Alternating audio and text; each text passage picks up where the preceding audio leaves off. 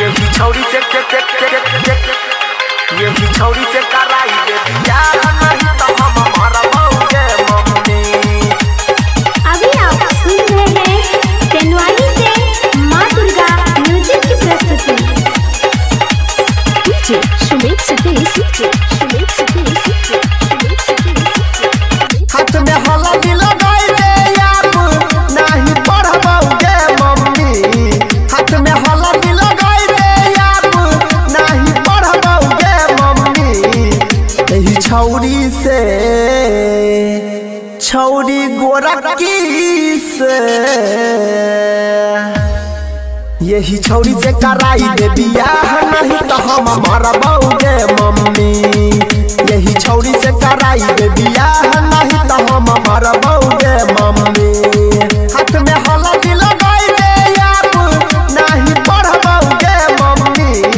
हाथ में हल्दी लगाई दे आप नहीं पढ़बौगे मम्मी। यही छौरी से छौरी गोरखी से यही छौरी से कराई दे बियाह नहीं तो हम मरबौगे मम्मी। यही छौरी से कराई दे बियाह नहीं तो हम मरबौगे मम्मी।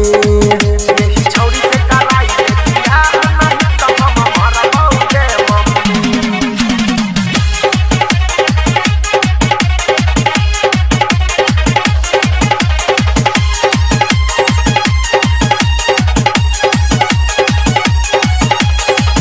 पापाजी से जाके मम्मी तू गे बताबे ओ करे से शादी करबै जाके समझाबे। पापाजी के जाके मम्मी तू गे समझाबे ओ करे से शादी करबै जाके तू बताबे। करबै माना गलो के ओकरा हम भगबौगे मम्मी। करबै माना गलो के ओकरा हम भगबौगे मम्मी।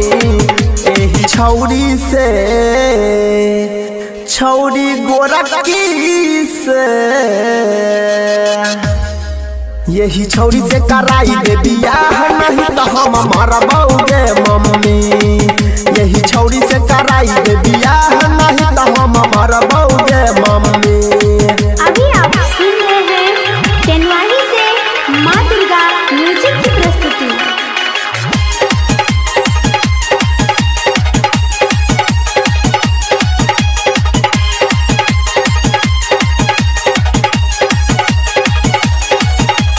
डीजे सुमित सतीश,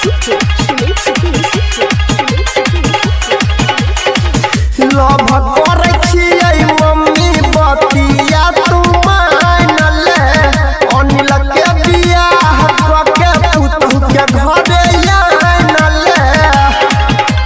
बे मम्मी सुना लव करे छियै मम्मी बतिया तू मान ले।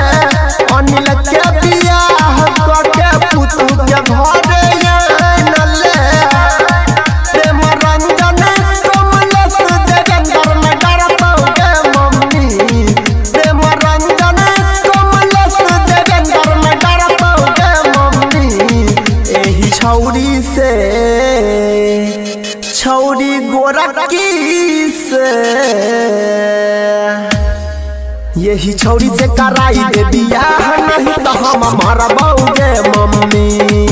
यही छौरी से कराई दे बियाह नहीं तो हम मरबौगे मम्मी।